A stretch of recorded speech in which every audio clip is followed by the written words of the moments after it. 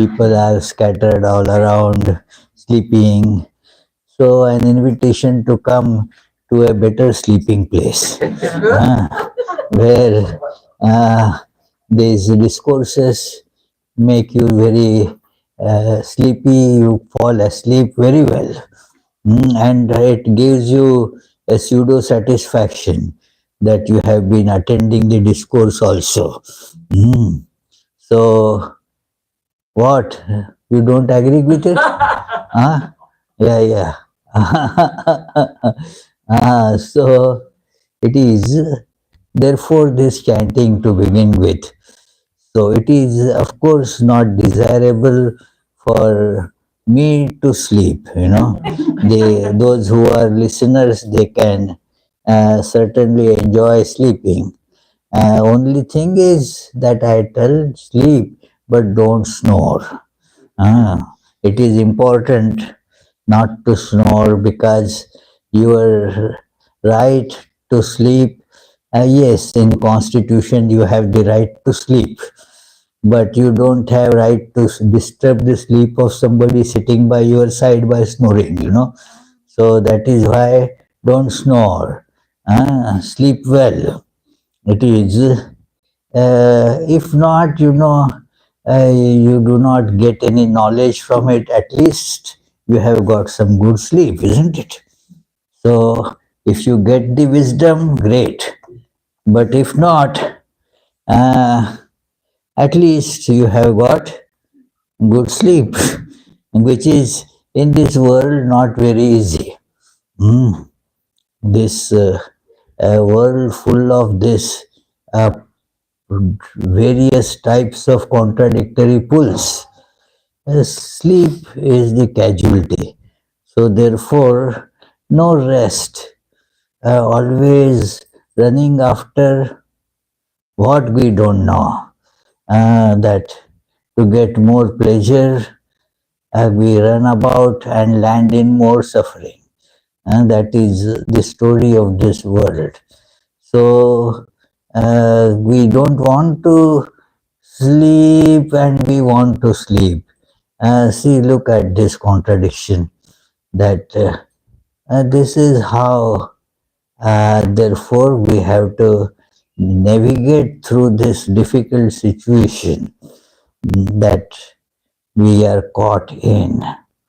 And we saw in this discussion that how Nachiketa shows us the way through example, that we have to see how those things we can acquire in our life, so that we also become qualified to get this knowledge. That qualifications are important. You cannot give this wisdom to an unqualified person. If unqualified, like Jesus says, that don't throw pearls before a swine. The swine doesn't understand a pearl. Give it those pearls to Prasanna, then she will make a necklace and all like that. Swine will not find any worth in that. So therefore, it is important that while giving this wisdom, it is checked whether that person is quite capable of handling and using it. So it is therefore to be given to a person with that kind of temperament and qualities. So let us begin with our regular Shanti mantra. Om Sahana Vavatu Sahanau Bhunaktu Sahaviryam Karavavahai Tejasvinavadhetamastu ma Vidvishvavahai. Om Shanti Shanti Shanti.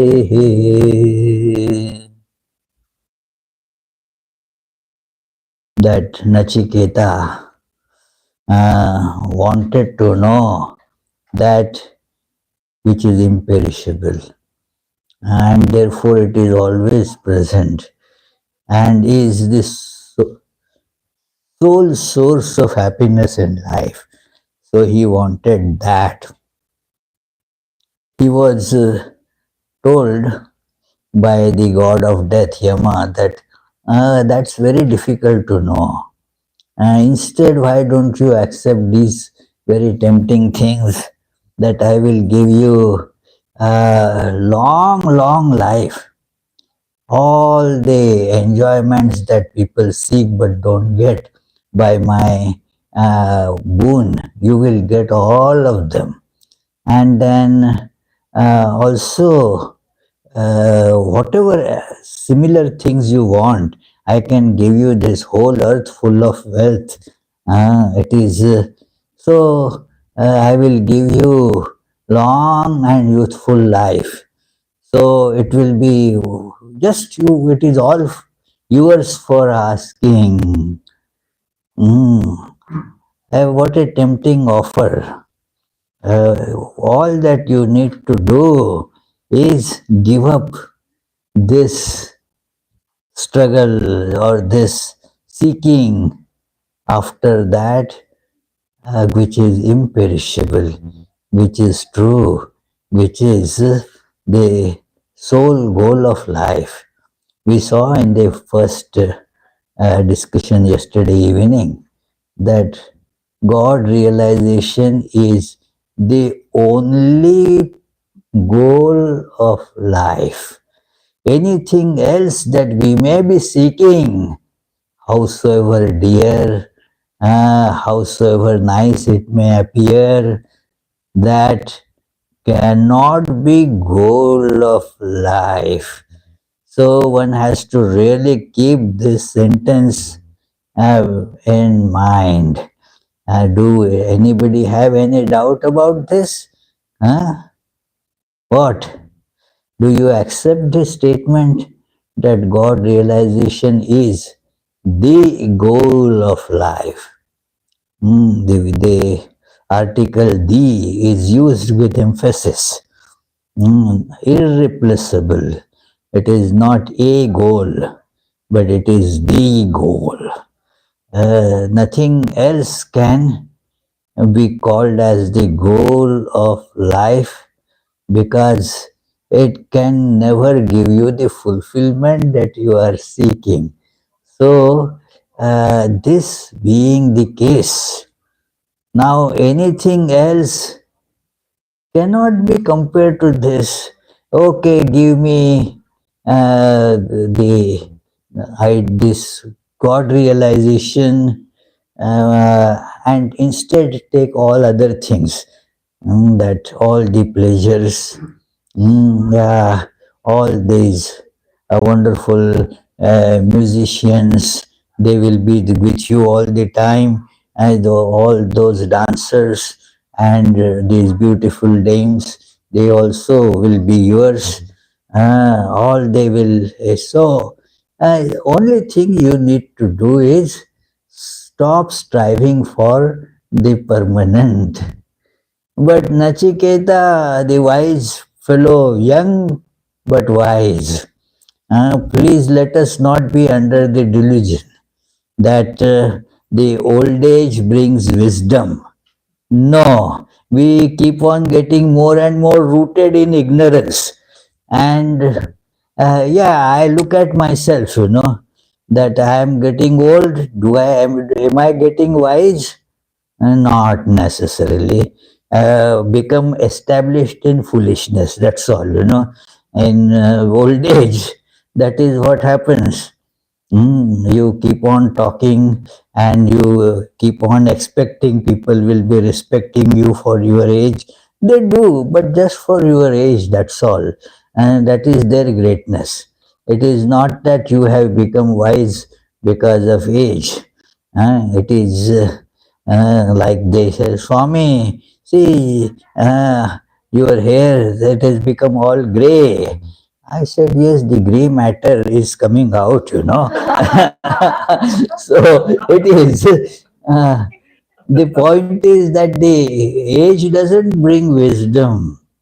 Wisdom comes through this proper analysis, properly getting to the conclusions And all that we need is to properly use our reason. Till now, we have not discussed anything that is transcendent to reason. That part will come soon. But at least use your reason. Our Swami Ranganathananji used to point to the head. If somebody starts asking some questions that they themselves can reason and understand, he would use this. Have you got? Now the person has to say yes. So, so use it.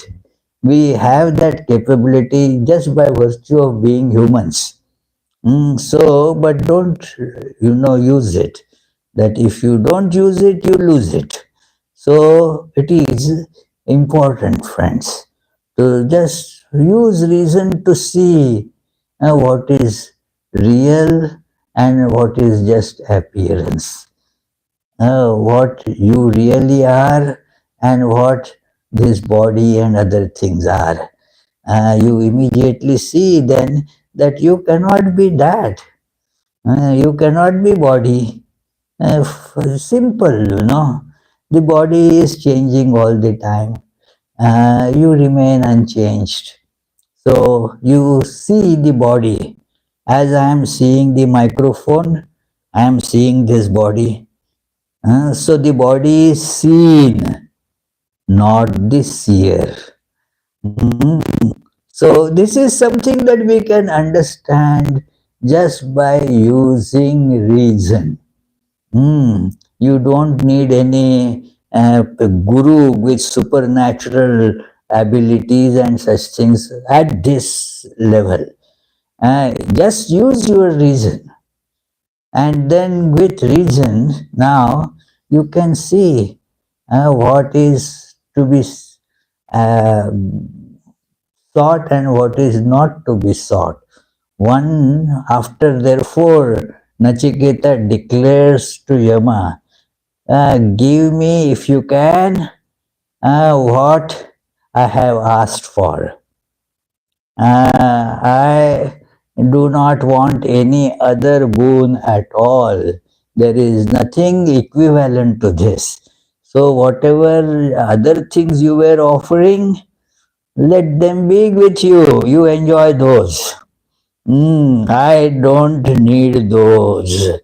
Nanyam varam nachiketo vrinite.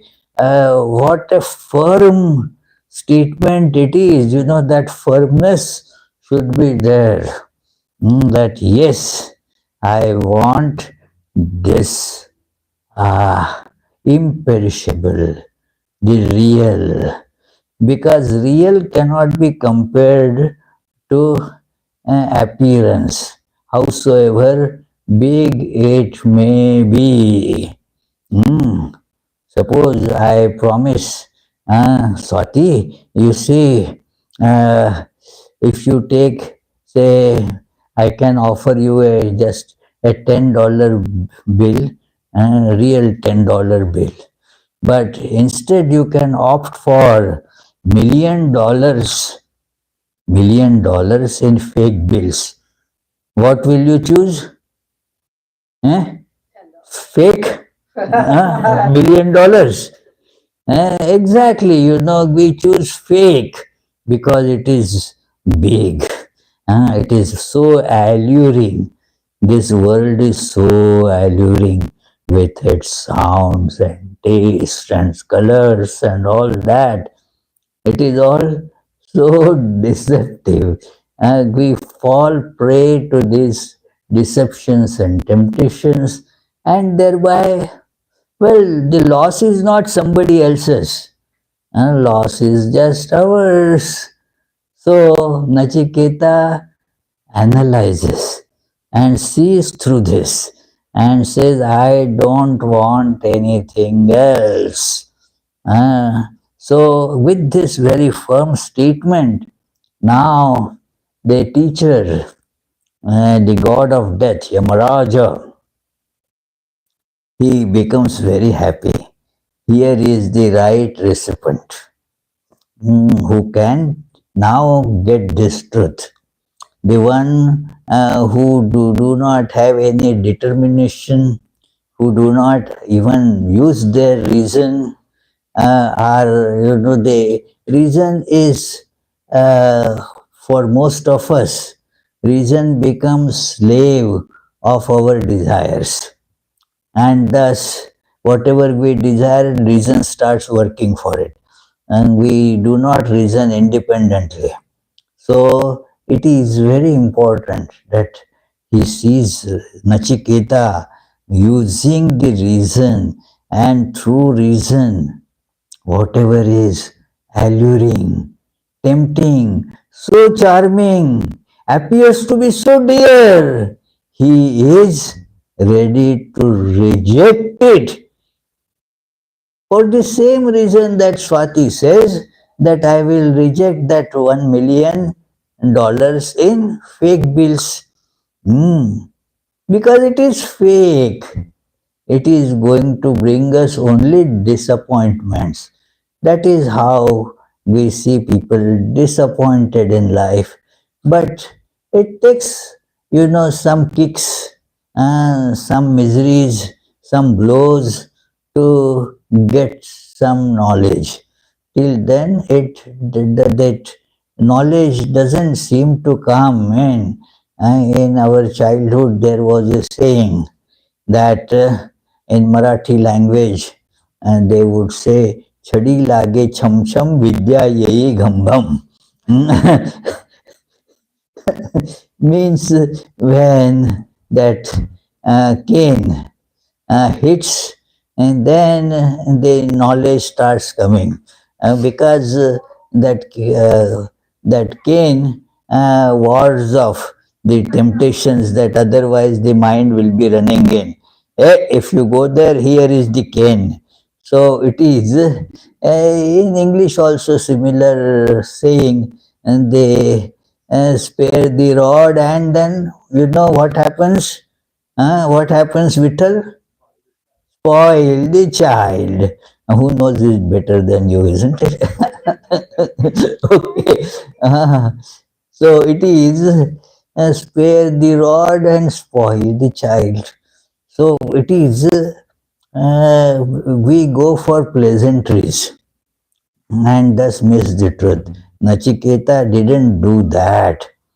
He pushed away all the pleasantries and went for the truth. So Yamaraja praises him that, look, it is that very few are like you. He brings that very important topic called Shreya and Preya. Preya is that which is liked. And Shreya is that which is right. The discrimination between the two, properly discerning one from the other, that is what is required for spiritual life. Because it is, you want real and not the fake. So it is this praise of Nachiketa is for that purpose, that look, the two likes and dislikes, that is one standard that you can use for guiding your actions. And the other superior human like is judged by what is right and what is not right. So guide your actions by looking whether it is right or not right, not by like or dislike. Because likings change, It is one day you like one thing, next day you don't like it. It is all, so you cannot base your decisions on likes and dislikes. It is, let it be based on what is right. We get cheated by going by what is liked and what is disliked. So it is Shreya means that which is right and which is durable, which is permanent, that is Shreya. It doesn't depend on the vagaries of mind. It is, you see, children, they like to play with one toy. They are so eager to get that toy. They go to that, start crying before the parents, bring the roof down, till the parents say, okay, okay, we will get it. After that toy is got, the child plays for a little while and then gone, forgets, and is not liked anymore. So this is one the effect of choosing the like, because like and disliked. It is one Swami I know. He uh, likes to have one particular dish. Now, since the devotees they want to serve, always bring that dish. But how can you always like it? So they every time devotees and 10 devotees brought the same dish, and now the fellow, and therefore, as now he's developed a dislike for that. So, but although he has developed a dislike, those devotees they don't know this, so always bring it, and then so it becomes a problem because the likes, dislikes they change. So what does not change, relatively at least, is right and not right. So this is instinctive life is for the animals. Mm. Human beings, they think, they have therefore to use the reason. Is this permanent? Is this durable? Is this really conducive to my good well being? Is it right for others as well? So, judge by right, and Nachiketa, you judge by that. So many temptations you were shown, you did not succumb to any of them. It is so they, the wise people separate them, that what is just liked and what is right, because once you choose them, they take you on two different opposite paths. It is that they duramete viparite vishuchi vidya cha vidya iti jnatva, that duramete vipati, your choice has a very long standing effect. You choose something for because you like it. Now you have taken that route. You cannot now come back to the other route easily. So by the time you have realized that it is wrong, you already have gone headlong for a long distance. Now to come back is not very easy. So therefore, duramete viparite vishuchi, that they go in opposite directions, very different from each other, and one is avidya, other is vidya. One is because of ignorance of the effects. What will happen with this? Now it is, the problem is that when you choose something, now the effect also you have chosen. That, and that comes later. Now you cannot say, no, no, I didn't choose the effect. That comes automatically.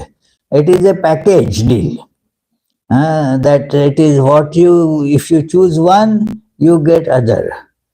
We get sometimes a nice thing, very a check comes, and then it is uh, looks wow, very good. They are giving us a free check, uh, and tempting. Say $250 is for yours to keep. And then there is a small writing there, not normally seen. It is printed white on white as one, that it is difficult to see. What it does, it says that by accepting this check, you sign on this contract. It will be taken that you have signed this contract to be a member of this club. So now then you go for $250 and soon you will have spent $1,000. So uh, one must be very careful. Then if you cannot say I signed only to get $250, that the effects you have to take also. Yes, it is. We have to see this, the effects of that. So, those who are intelligent, so they see the results and then go for things, and not just foolishly because getting tempted by likes and dislikes. When likes and dislikes tempt us, our capability to reason gets completely clouded, and thus we don't see it, we fall for it. It is a big fall sometimes, usually it is. So, and then we are left worrying, why, what wrong did I do? Oh, this is the wrong that you did, that you opted for something due to your liking without paying attention to what result it is going to bring in your life. Those all these sensual attractions are of that type, that they pull us, and as they pull us, then we feel that wow, it is so nice, and then we do not ponder what is in store, because this attraction will vanish, its effects will survive. You have to take it. You like a dish in a restaurant, the bill is going to follow. You can't say that I don't want to pay for it. It is therefore very important that choose tau samparitya vivinakti dhiraha. Very beautiful Sanskrit words. And this is what a spiritual aspirant has to imbibe, this spirit of transcending likes and dislikes and going for that which is right, and reject that which is not right, despite it being very likable. One has to give it up. I used to like Coca-Cola once upon a time. Used to drink. Then I saw that it is not right. It is creating lot of difficulties.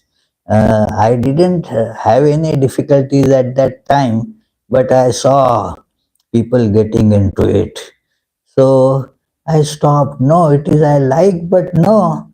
And then slowly the liking also disappears. When you stem it, then it does not bother you anymore.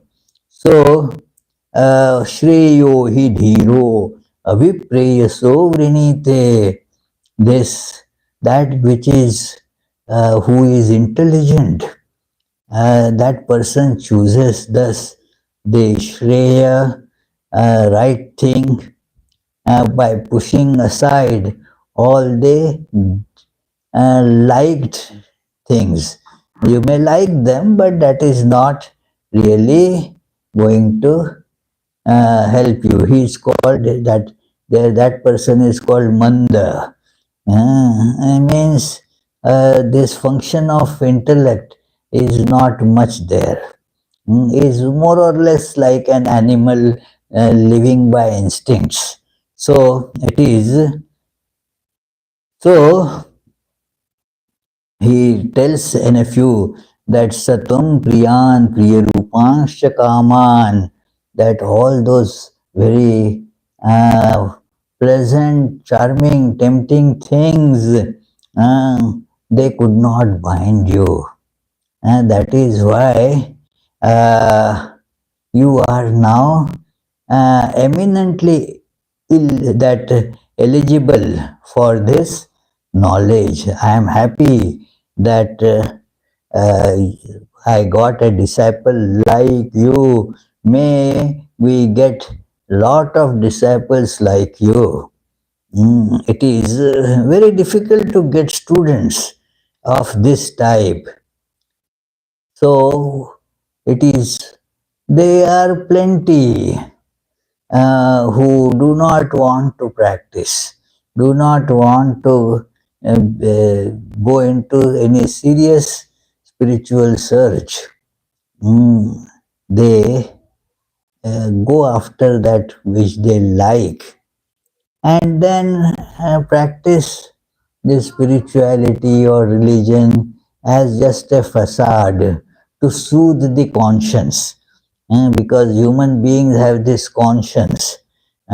So, hey Kalpita, kothay chile, huh? Hello. So, it is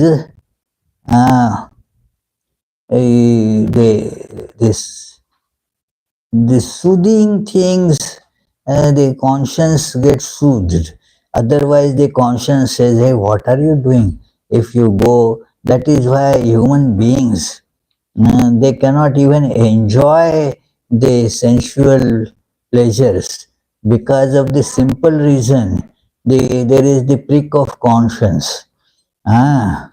What can you really enjoy putting on a very nice looking, beautiful, highly priced shoe? You put it in the feet and you have a small stone pricking you. How nice the feeling will be in spite of the very nice shoe there, that pricking. Therefore, human beings get that prick of conscience, that am I doing the right thing? It is no human being really can, Swami Vivekananda points this out, no human being can really eat with a gusto of a dog, because the life is not for that. And it is you, when you go to enjoy some such things, the prick of conscience comes there. Oh, what am I doing? And therefore, if you want to have this kind of physical enjoyment, then it is better that you take the birth of an animal, like yeah, a cow or a pig, and they can eat a lot without having any indigestion problem. A human being means allergies and stomach upset, all these things happen. And therefore, human beings, if you want the joy of eating, birth is not good for you. Human body is not worth, for that purpose. Human body is for something that is rational. So, rationally, when you see, then these are really only trash, meaningless things. So, as a rational being, one should see this truth and go accordingly. That is why those who can do viveka, this is in Sanskrit, this word is viveka, that discernment. Vivekananda. Have you heard the name Vivekananda? Never? Yes. Yes, okay, good. So it is Vivekananda. His name was why Vivekananda? Because he would not accept any such tempting things just because of the appearance. He would discern, and then after seeing that they are right, then would accept it. This is what a spiritual aspirant should train for this, that let me examine. Do not immediately, instinctively accept or reject, but ponder over it and then get it. This is Viveka. That is a higher type of happiness. So that is Viveka Ananda. People like us who have their pleasures in senses, they can be called Avivekanandas, because Viveka will tell you, hey, you fool, what are you going for? Hey, so, but we don't want to hear that. And so we go by subduing our sense of discernment. And so it is, we are all Vivekanandas. So it is here Nachiketa is praised that you have shown this tremendous Viveka in life, and thus you are eminently worthy of being a disciple for this. Otherwise, people don't see it. Na samparaya pratibhati balam pramadyantam vitta mohena mudham ayam loko nasti para iti mani punah punar vashamapadyate me. What it suggests that it is the people, most of us are like that. uh, there is nothing beyond this visible world. Uh, Somebody was asking me, what about Charvakas? See, these Charvakas are replied here that whatever is seen and whatever tempts you, go for it. Do not think anymore. That kind of preaching appeals to the common sensate mind, that how nice it is.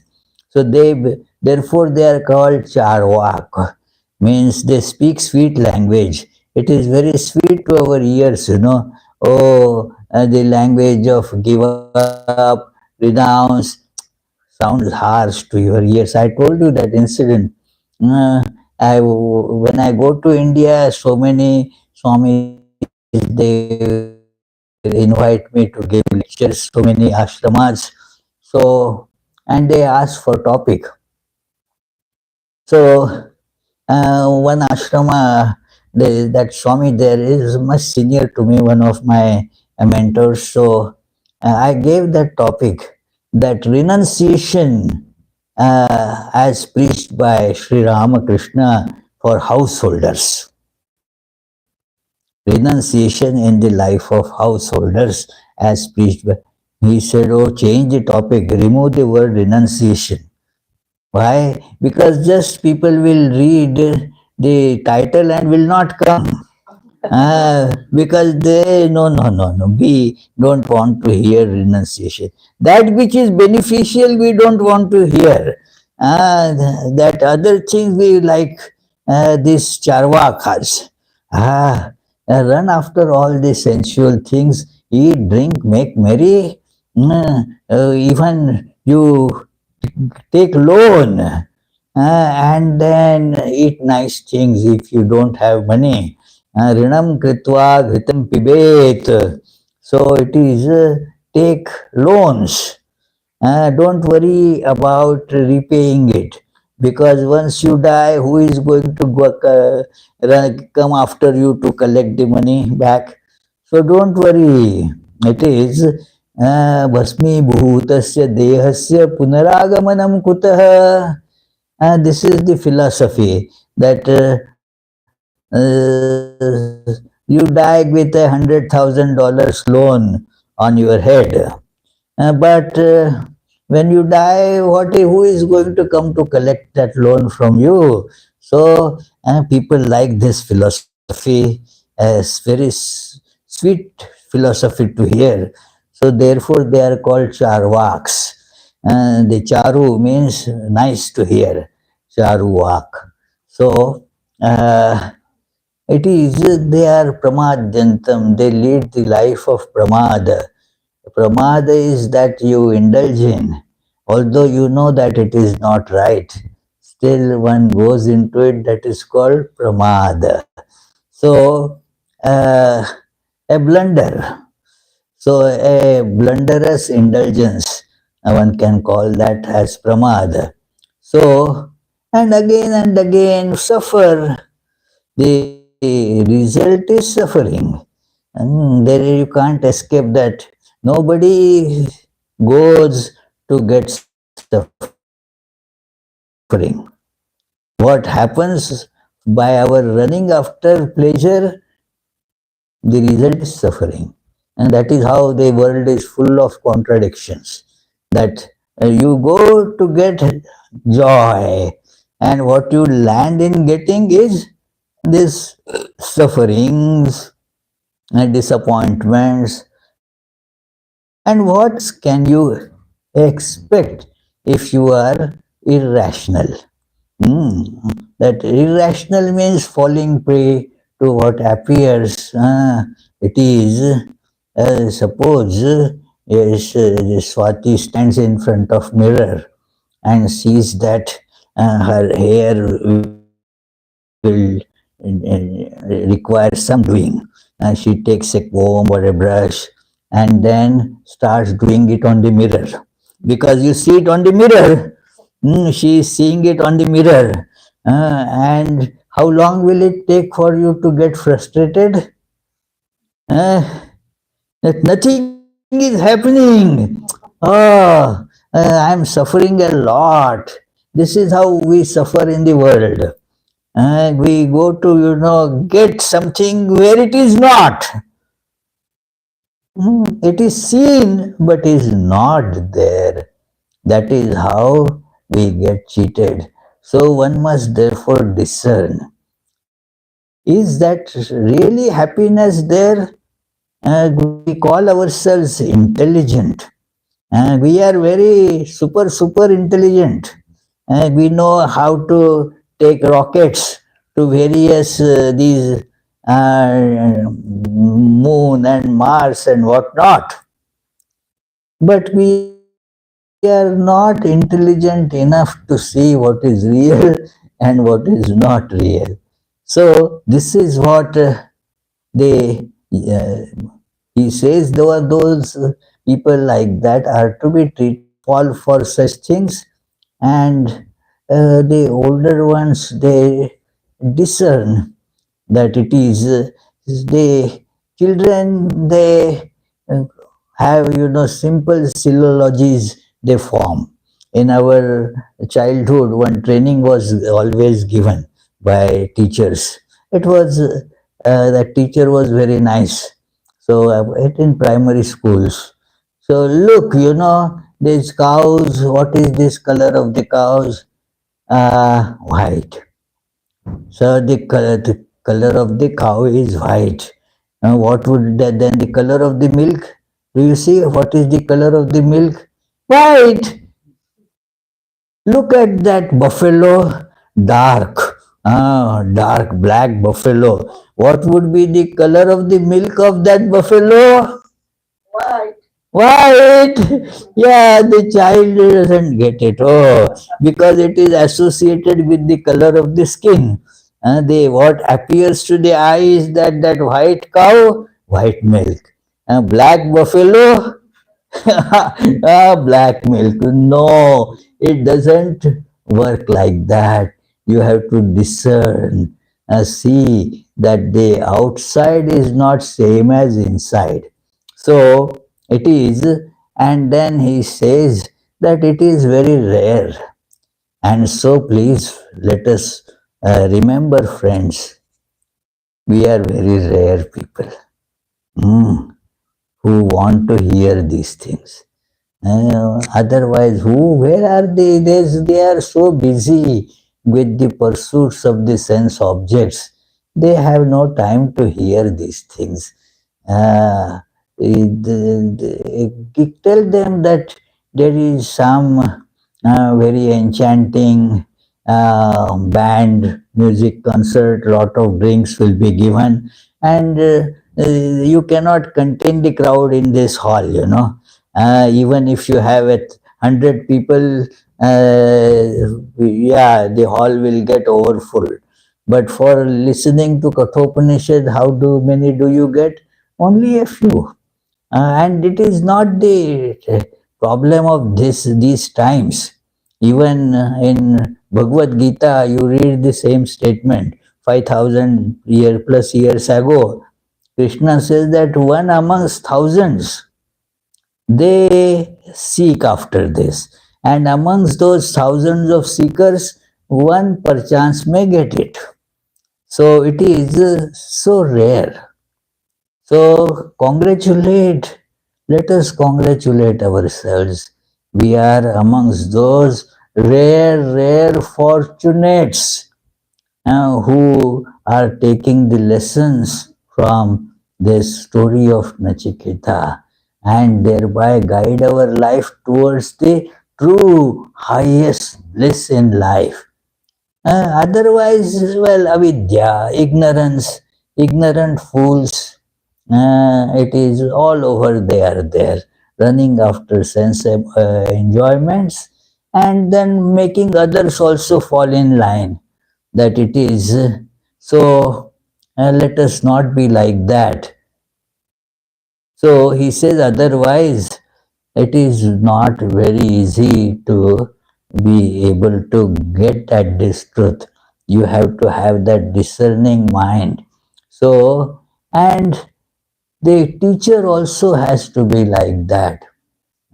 Teacher like Yamaraja, he says that this is to be taught by a person with that kind of very superior intellect which can penetrate into the appearance. Our intellects cannot penetrate into that because they are obsessed by this gross appearances. So they are caught in it. And so we are not able to catch the subtle things. It is grossly, it gets concluded easily that, well, God doesn't exist because we don't see God. So the conclusion is simple. Even very highly intelligent people immediately conclude that God doesn't exist. Highly intelligent, I am telling, those who have achieved tremendous accolades in the field of science, biology, and so forth. There is no dearth of them. It is Sarvapriyanandaji has lot of discussions with them. It is very difficult you cannot convert them because they are obsessed with the gross world. It is that Sri Ramakrishna would say, look, and do you see at this daytime, all this sunny appearance, if you look at the sky, you don't see any stars. That means there are no stars. You cannot just conclude so hurriedly that just because I don't see it is not there. You don't see these little worms in yogurt when you eat it. By not visible by the plain common eyes, hold microscope, and then you see them crawling about. So it is like that. Ah, oh well, it is nothing much worth repeating that. Yeah. So God is. But we need fine instruments to see it So it is otherwise it gets debated without any end.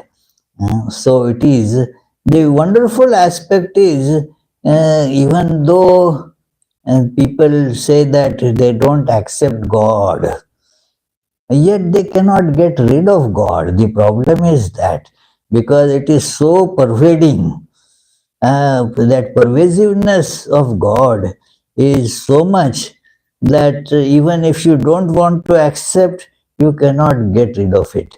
You again and again we use the word God who doesn't exist, but that word cannot leave us because God is. Mm. It is just as you cannot get rid of the wetness of water. Similarly, you cannot get rid of the existence of God. God is in everything. So you discern and see this thing. So it is here now we get a glimpse that of transcendent over reason. Use your reason, and that solves most of the problems. It is you don't have to think beyond reason. It is think within the realm of reason wherever it takes you. Then the door for transcendence of reason will open. But we even do not use the reason. It is we call ourselves as rational beings, but we are not. It is a rational being will easily understand that I am not the body. Mm. It is very easy to see that I am not body if you apply reason. But still, people hold on to this terribly wrong, mistaken idea I am body. You are not body. So it is, this requires just simple rational application, that's all. So, but the ultimate truth cannot be grasped through reason alone. One has to transcend that. So it is, and he says that Nachiketa, you are with all these qualities that you exhibited, you are the primely suitable disciple to understand this truth. It is thus, this is the teaching that we as spiritual aspirants can use, that discern that which is just light, separate it from that which is right, and go by the right, and do not succumb to the temptations of light. Yeah, so it is.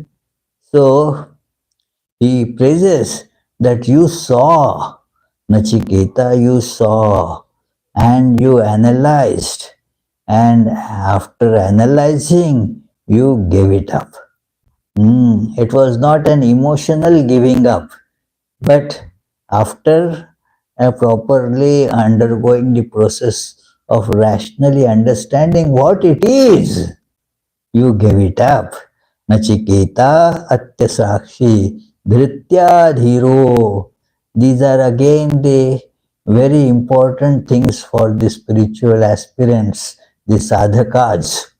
That dhriti means the proper use of our capacity to hold on to something. Dhriti is to hold on.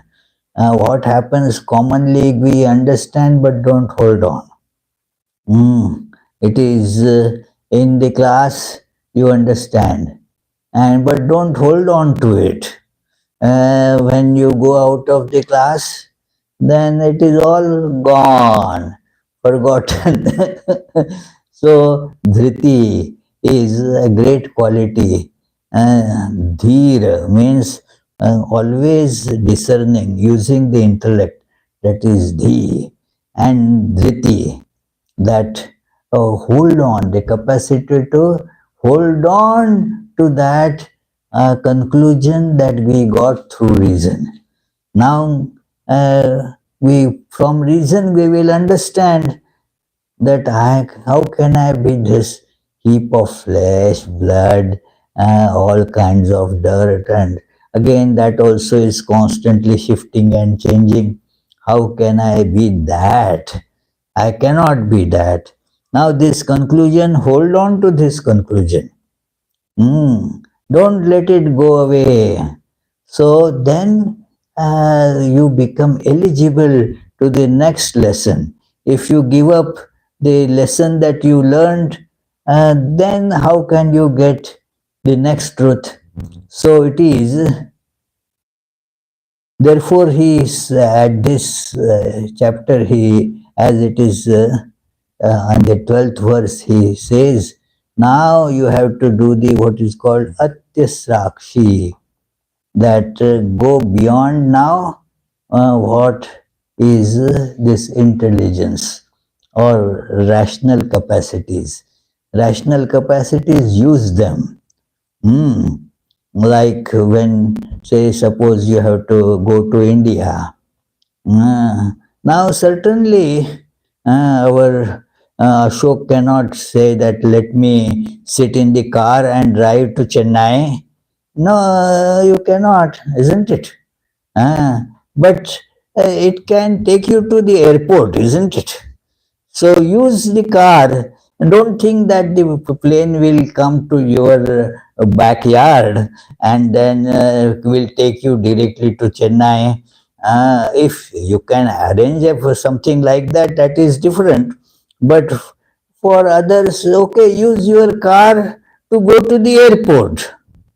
Don't think that the aeroplane will take you from your home directly. You use the car where it is applicable and then get out of it. The purpose of car is now done.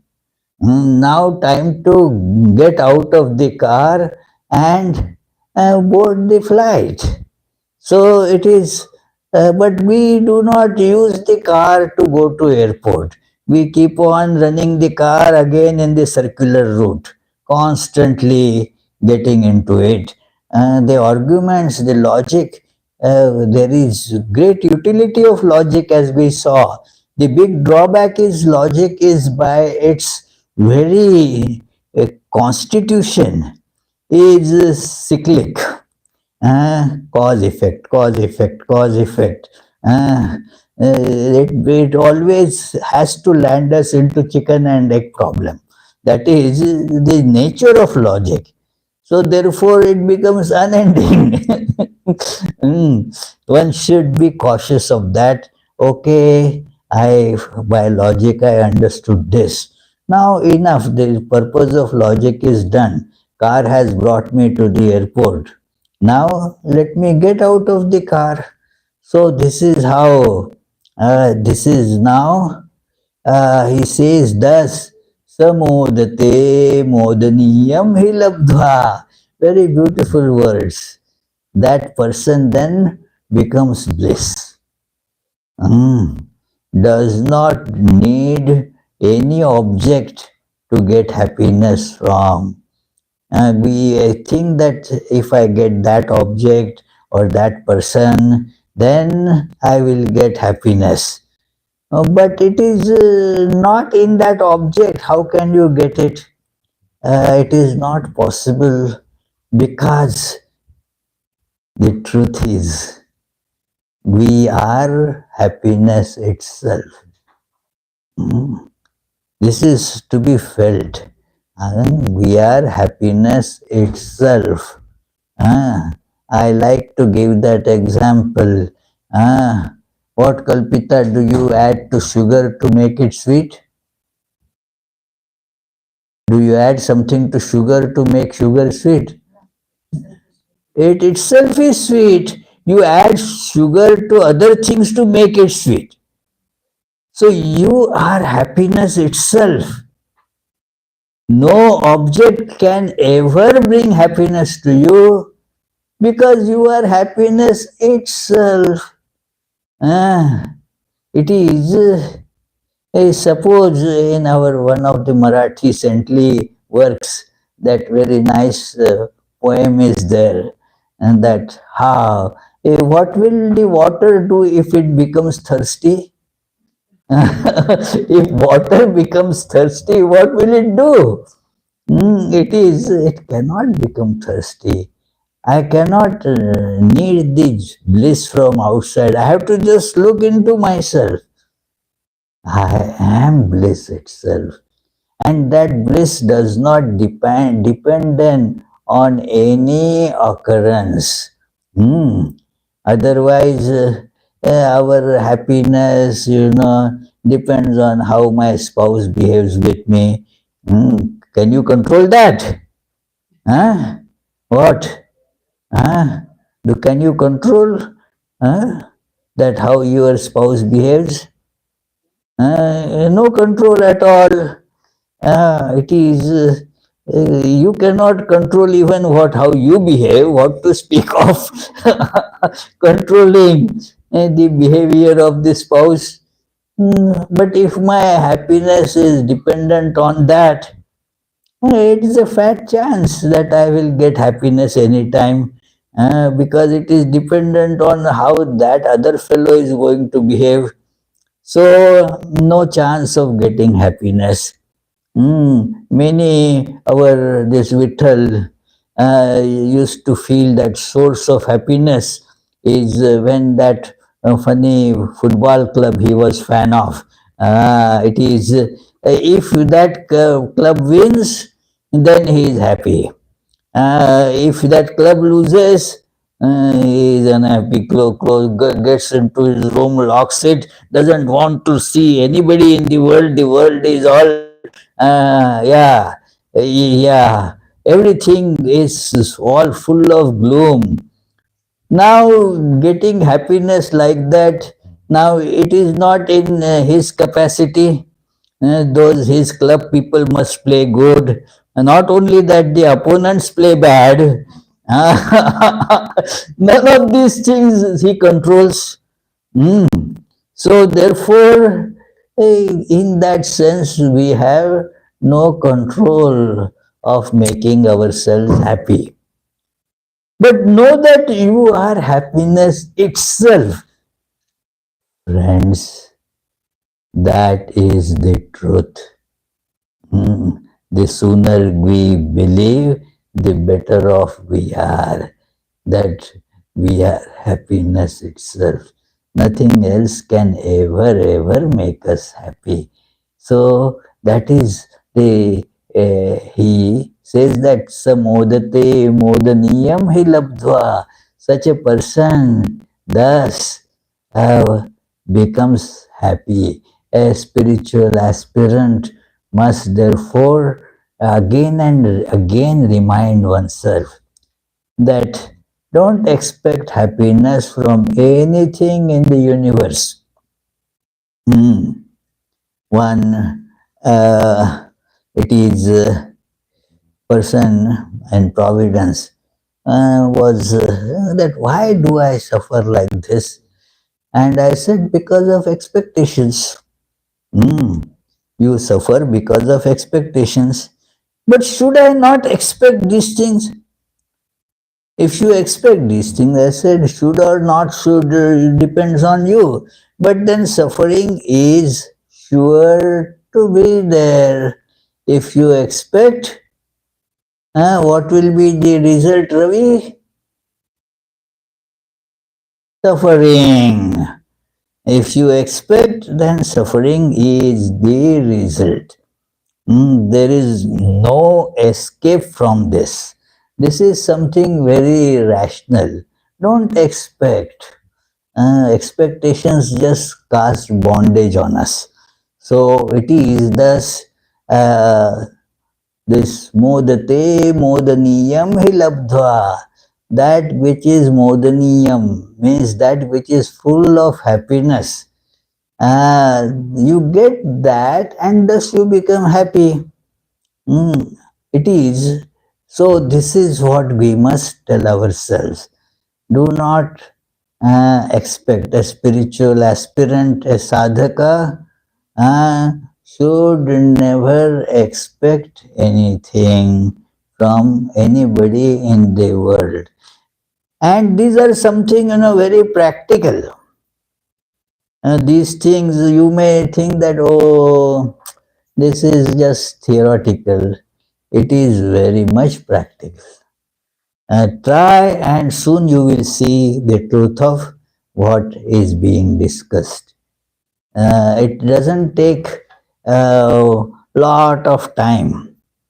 It is, many say that spiritual life is most difficult. At one time I used to also believe spiritual life is difficult. Now I see that it is the simplest life. Spiritual life is the simplest, easiest something. Ah, why Sonali, you don't agree? Spiritual life is easiest. Ah, it is, yeah, it is easiest, Spiritual life is easiest. Uh, the life of in the world running after so-called pleasures and getting disappointed is very difficult life. Ah, that it is therefore, it is so simple, because what is more simple than realizing yourself? Doesn't depend on anybody else. You are divine. This is so simple. You have to just look at who you are and you get at it. So, what is simpler than that? What is more straightforward and simple than truth? Truth is simple. So, do not trouble yourself with this thought that spiritual life is difficult. Many spiritual aspirants, sadhakas, sadhakas, they think it is a difficult path. The difficulty is only because we have trained ourselves for many, many almost impossible difficult things. And therefore that which is really simple starts feels as difficult.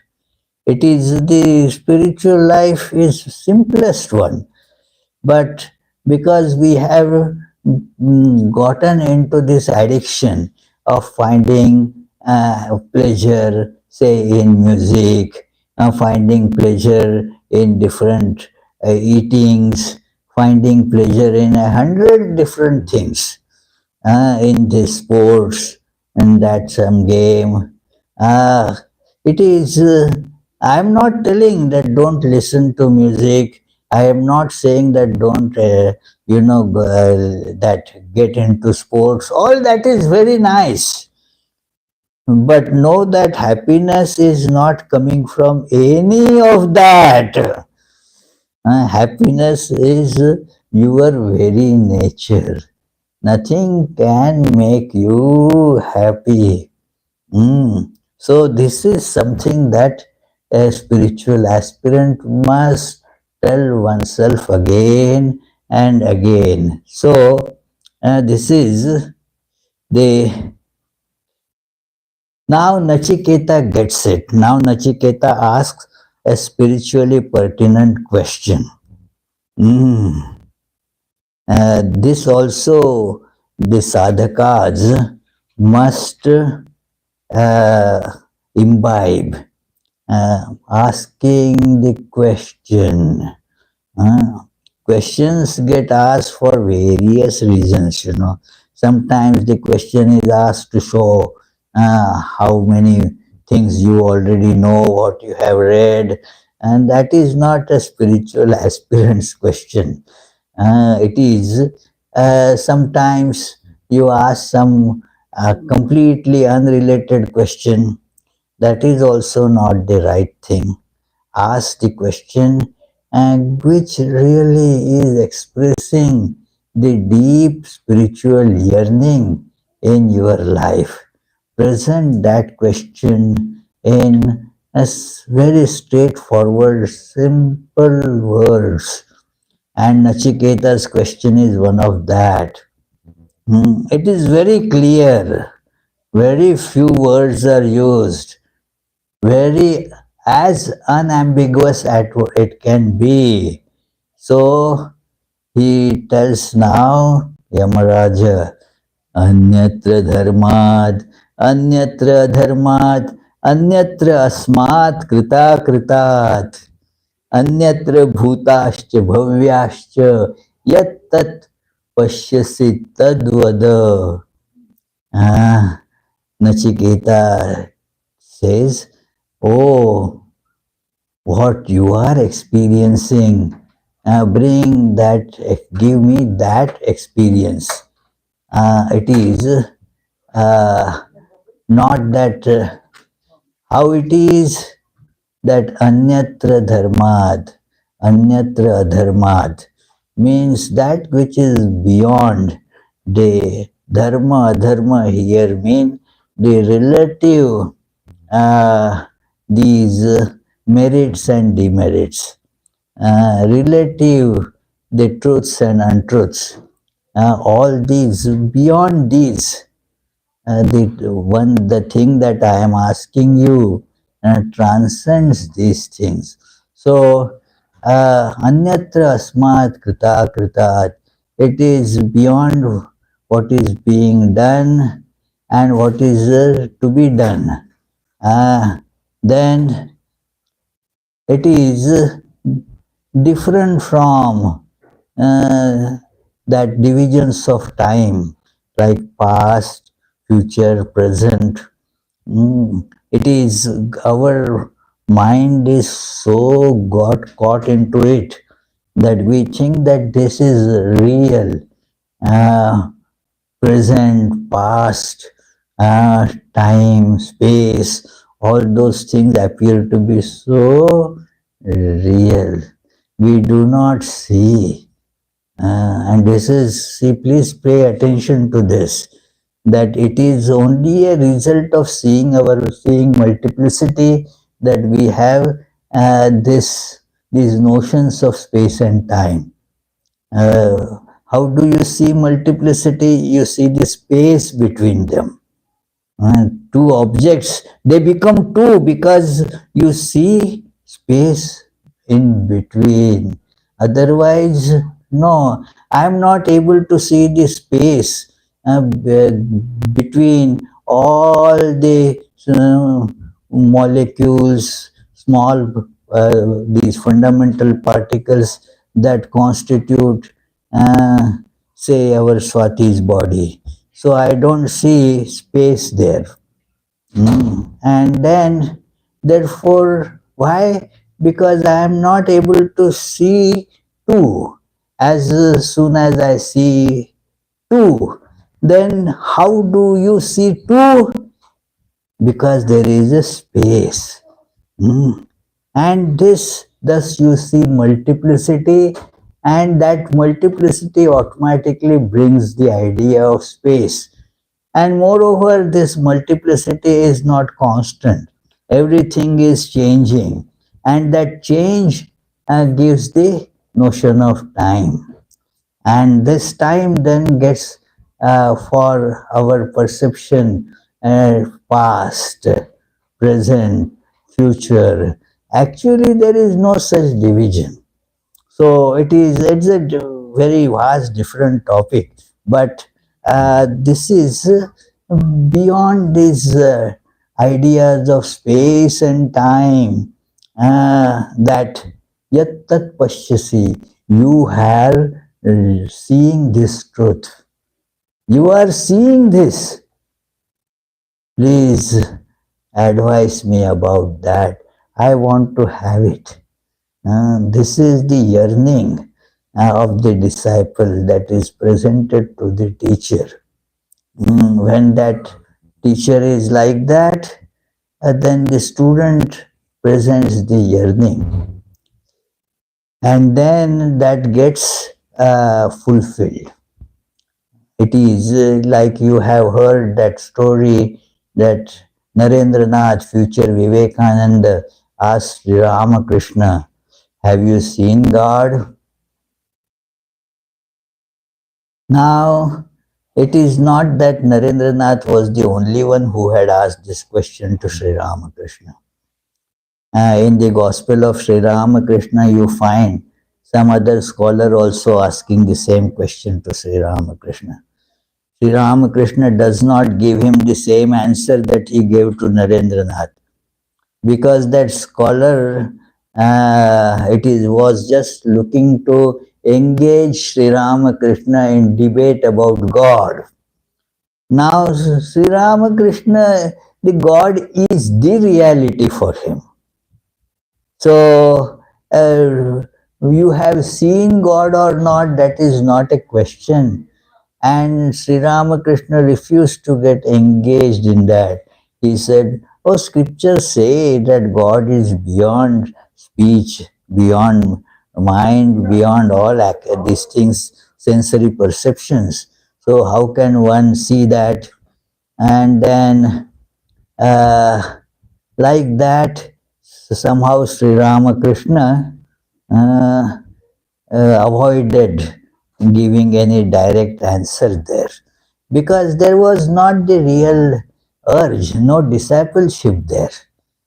Narendranath asked that with this awareness that I want God, nothing else. I want God and God alone. And thus presents this to Sri Ramakrishna through this question. Have you seen God? The question doesn't is only, the answer would have been yes and no. Have you seen God? Yes. The answer would have been finished. No. Sri Ramakrishna says, I am seeing God more clearly than I see you. What an answer. And not only that, if you want to see God, if you do as I tell you, you will also see God. It is not anybody's monopoly. Like you get yesterday, we drove here, and the address was given, and that followed the GPS, and we reached here. Anybody who follows will reach here. There is no monopoly that only those who are Brahmins will reach. Nothing like that. Anybody who follows the instructions will reach. So Sri Ramakrishna says, if you follow the instructions, you will also reach. But who is there to go to find it, Who wants it? So this Nachiketa is asking this question that I want to see that deep spiritual need has to be expressed to the Guru. I want to realize this. Why I have come to you, because you are seeing it. I see that you are seeing it, and so now you can advise me on that. How can I also share that same vision like you are having? So this is yat tat pashyasi tad vada, a great statement. Tat pashyasi, that you are seeing that. Tad vada, tell me that. Not all other things. I am not interested. You have praised me a lot. I am not interested in that praise. It is, but please tell me this truth. And then it is, and Nachiketa tells. And Nachiketa is told by Yama what he sees. It is the 15th verse of this second chapter tells it that I am telling it in brief. Not, come on, let us have a 3-day retreat and in 10 lectures I will elaborate on that. No. It is very briefly told. How brief? How brief? It is only one syllable.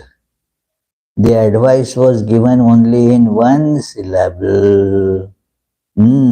Sarve Veda Yat Padamamananti Tapansi Sarvani Cha Yad Vadanti Yad Icchanto Brahmacharyam Charanti Tatte Padam Sangrahena Bravime Om Iti Etat.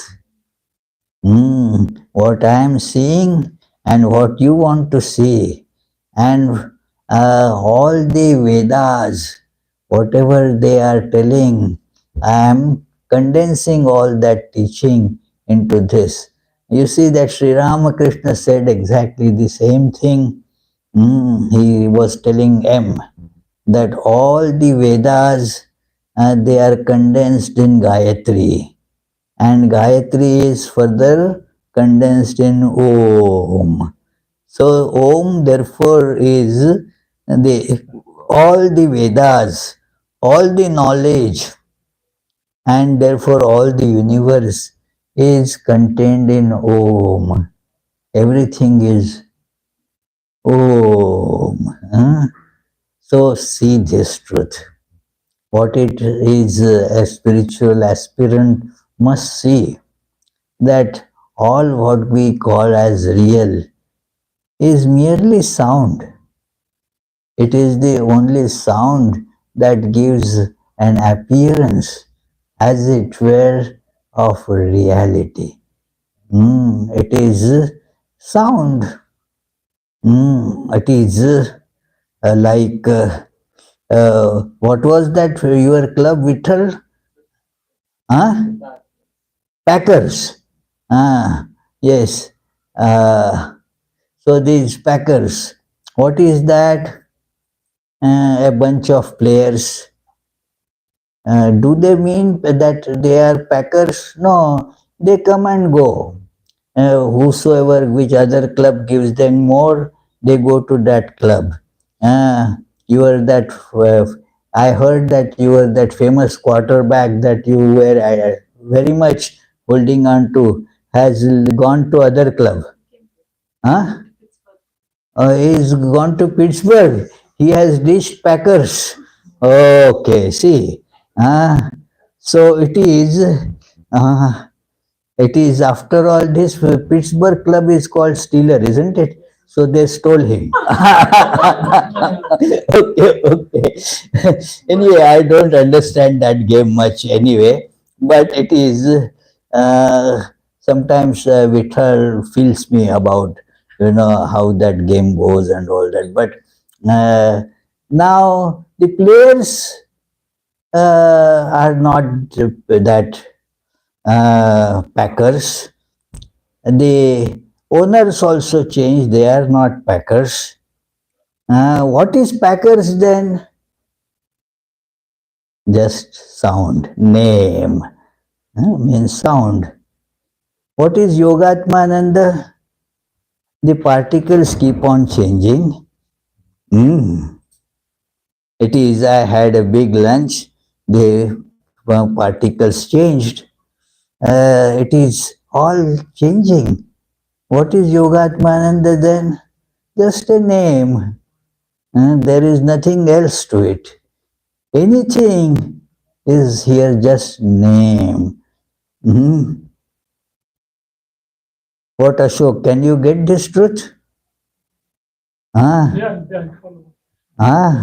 Yeah. It is all just name.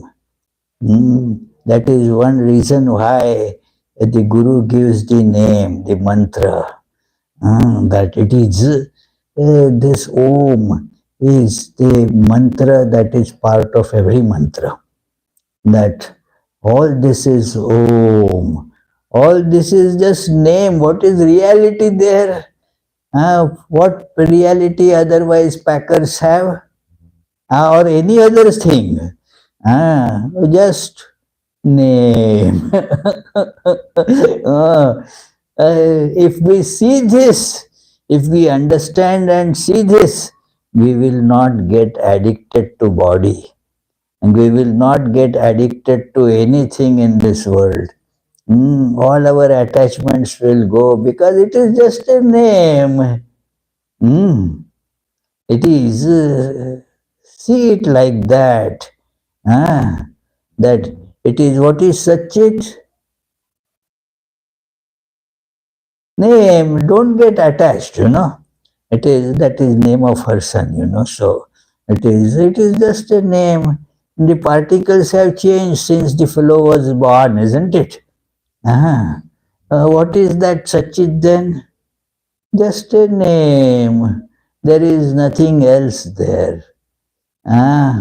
It is, all this is just Om. That is why the scriptures say, Om iti etadaksharam idam sarvam, like Mandukya Upanishad. Om is this akshara means that which does not change. That is called akshara. Kshara means changing, akshara is unchanging. So this Om is everything. So know that, as sadhaka must know this, that all this is only name. So I am telling you, he says, Yama says, in brief, it contains Sarve Veda Yat Padamamananti. All Vedas speak of that. And people perform all austerities for understanding this. People perform that they practices like celibacy and all for this purpose.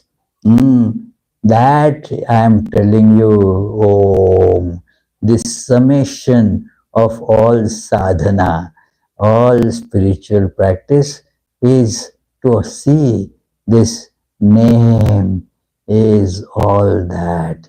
So it is so important to see this truth. Yes, that greatly important for sadhaka. What should I be doing?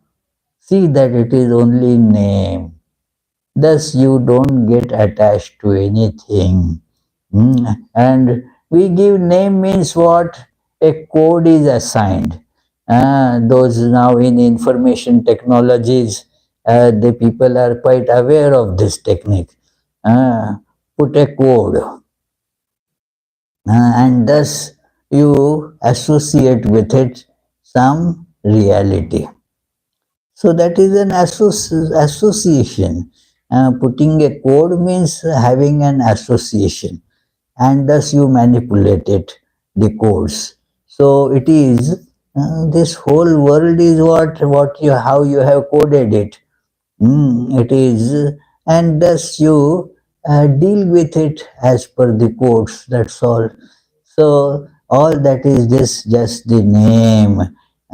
So name is a code. That persona, what is it? A code.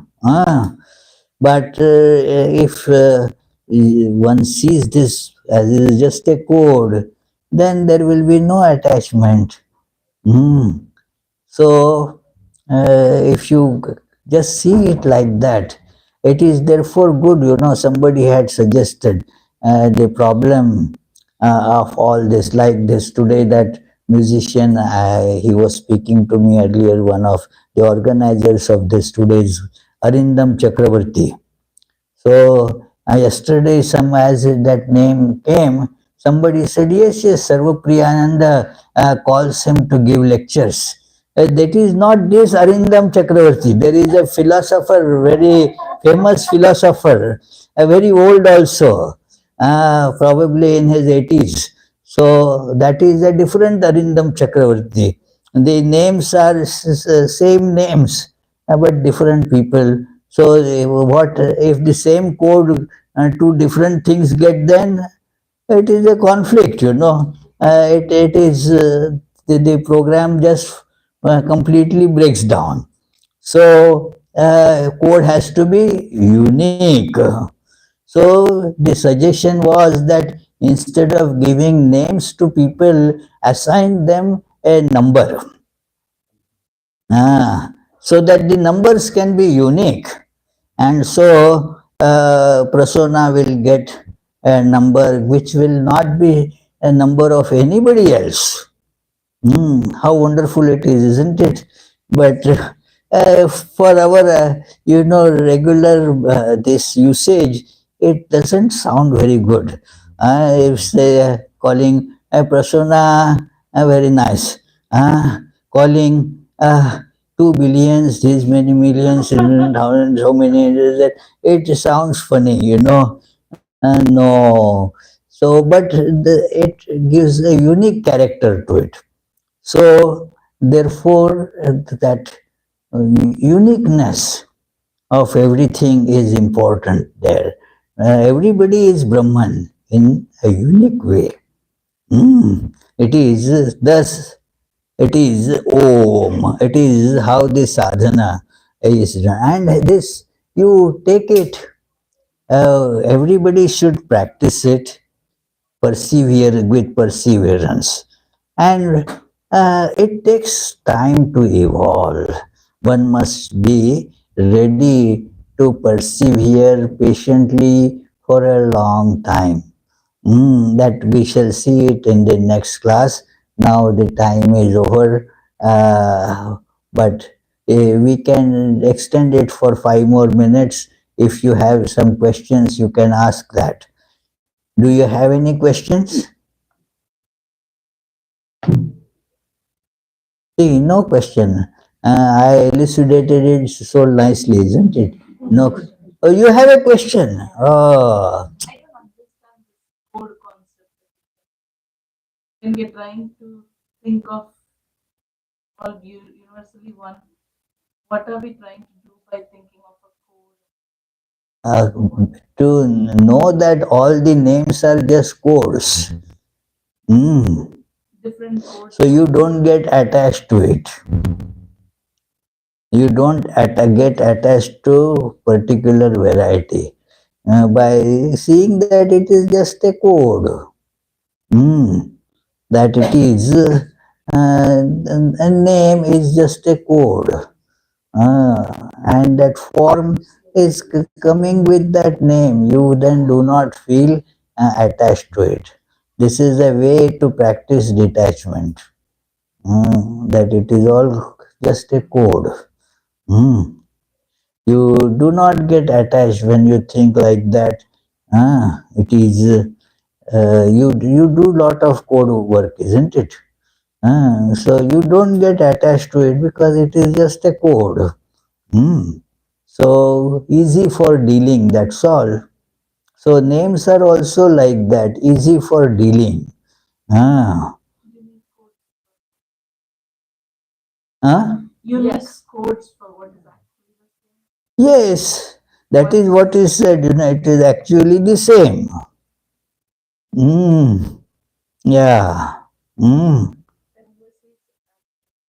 Something about Om word in particular, or was he referring to that as sounds? As sound, the universal sound that contains everything. That is this Om is, it encompasses all sounds, and therefore it encompasses all words, all names, and therefore all things, because names are just codes. Mm. I have one question. When we start to yoga, supposed to say Om or Om? Oh, it is the pronunciations become different in different language cultures. Yeah, You know, because our guru says, yeah. I get a dikha from that guru. He says start Om, not Om. See, the pronunciation is O and Anuswar on that.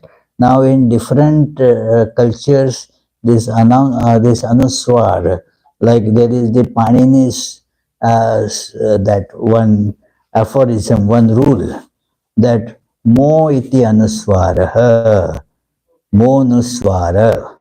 So, Anuswar gets pronounced as Ma. Om. So that is one way of looking at it. Yeah.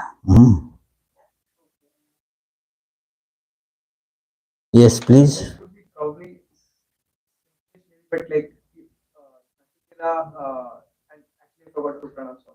But Pranam. Nachiketa, you mentioned about Viveka, but there is also this passion. Vairagya also he has, right? It's sort of obvious, or it's That is an automatic result of real viveka. right. It is if you have proper discernment, the viveka automatically follows. Otherwise, the discernment was not correct. The discernment, if it is right, you see things, and that then when you see that like a body, it is all dirt, it is this all bones, bloods. If you see it as a skin bag, body, what it is, a skin bag in which all that filth, urine, blood, bones, all are kept. If such a bag is brought here, what? Hey, take it away. It is so much dirt, filthy. This is, don't you see that this is a nice, that's a religious chapel place? Keep it sanctified. Don't bring such dirt here. What is the body? It is a skin bag. Has all this dirt filled in it. Ah. So if you see it like that, what happens is that discernment will not make you get attracted to the body. All the physical attractions will vanish. That is the result that Patanjali says, that if you, that is the sign of purity. When you become pure, shauchat swanga jugupsa paraira sansargaha. I hesitate to quote this aphorism because people get so shocked that what is this being pure is that by purity you develop a distaste about your body. You do not go to beautify it. Let me put on very nice new clothes and let me look beautiful and so forth. That idea goes away. Swanga Jugupsa. It is, this is that dirt on me. I am not this body. Uh, and Paraira Sansargaha, and not to have the idea of going to hold other bodies. It is because that is how you see this discernment automatically results in dispassion. It's like implicit. That's why you mentioned. Huh? It's implicit. That's why it's not- Implicit, and that you see how Nachiketa sees through discernment, and therefore the dispassion. No, I don't care for all those things that you are offering. uh, okay then. Om Sahana Vavatu Sahanau Bhunaktu Sahaviryam Karavavahai तेजस्विनामधीतमस्तु मा विद्विषावहै ॐ शान्ति शान्ति Shanti.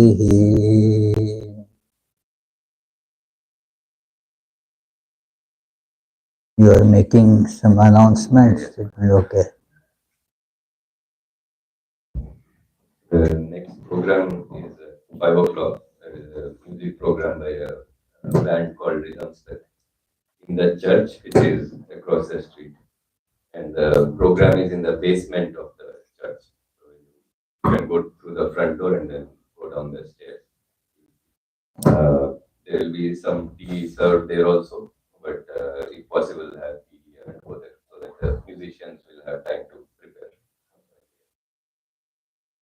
Tomorrow's session is at 10 o'clock, morning session, 11:30, followed by Vedanta. That will be the last session for this retreat. Yeah.